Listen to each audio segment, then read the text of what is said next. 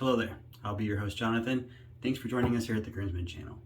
Today I'll be following up on SAC's top 5 favorite DE razors by posting my own top 5 DE. I did keep it to DE only, no single edges, and modern only. I start getting into vintage and injectors and gems, and it gets kind of messy.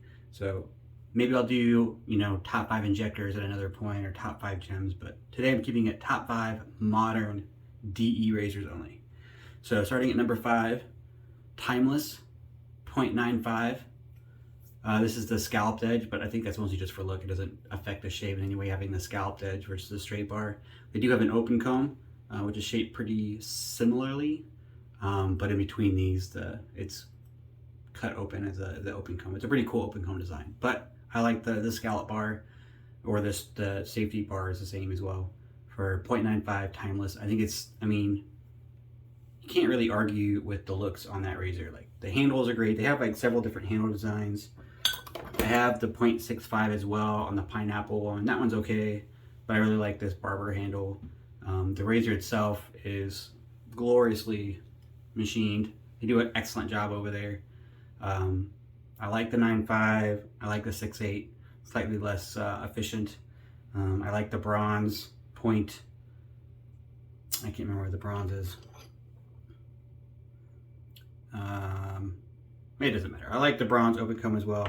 But for as far as the list goes, top 5, I kind of went off on other little tangents there. The Timeless 0.95. Number 4, coming in, the Henson.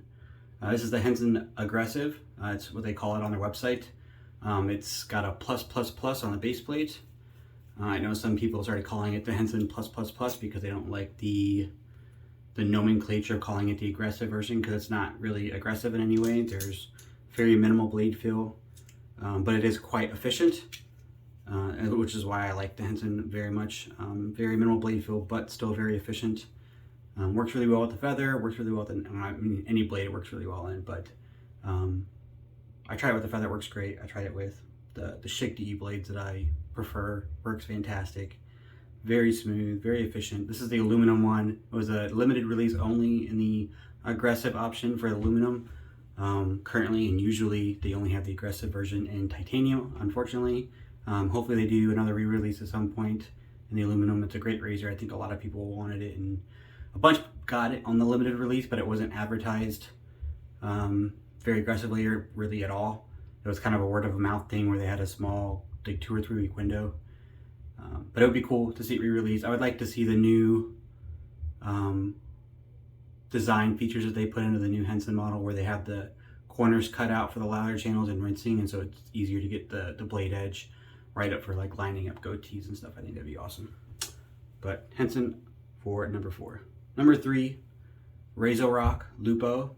This is probably the most affordable razor on my list. It's pretty close to the aluminum Henson.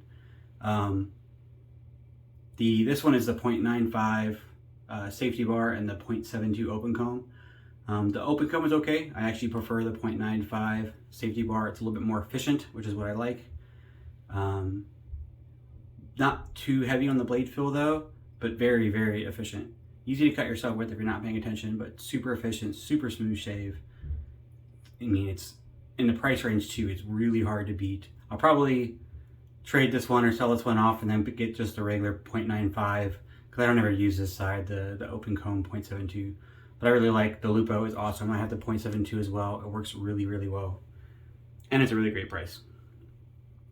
Number 2, the Yates Precision 921H. They have 3 base plates, the low, medium, and high.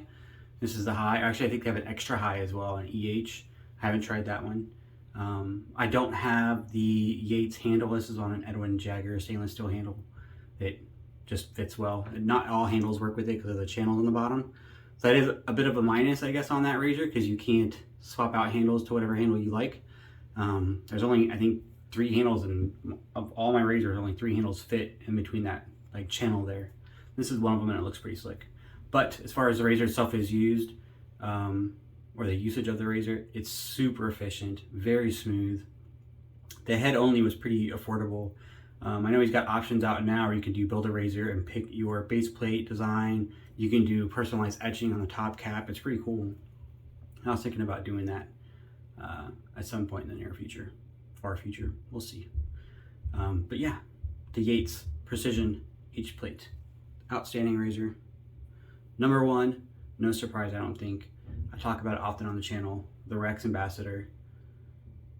I do like the Rex console too. I've only used it a few times though, so I can't even put that on the list. I don't own one, I borrowed one once. But the Rex Ambassador, this razor, it took me a while to get used to using this razor to kind of figure out the right angles. I like it more of a steeper angle, not really riding the cap. I get too much blade feel with that, but if I steepen that angle up more, it really smooths out. I got that tip from Fayez and it really changed how I use this razor. And there's just, the other razors are really good, but this razor has a level of efficiency that's just above and beyond all those other razors. Like I can get BBS out of any of them, but the BBS from the Rex will last like a day and a half. Like by far and away last the longest as far as like the closest smoothest shave. And I don't know that any razor will ever be able to match it maybe, but I don't think any razor could beat like that level of efficiency that this razor provides. It's pretty freaking awesome.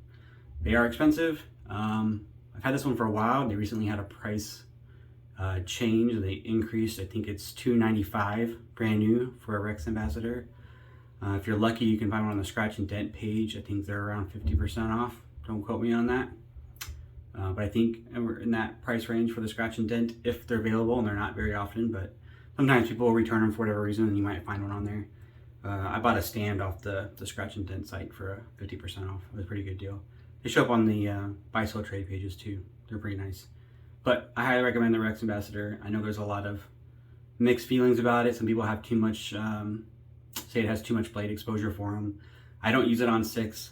I just don't enjoy it. I usually hang out in the middle ranges, 3, 3.5 for first pass, and then this is the one razor that I dial down as I go. Most adjustable, I pick a number and just set on it, but this one I actually dial down. My last pass I'll usually do on like a 1 or a 1.5.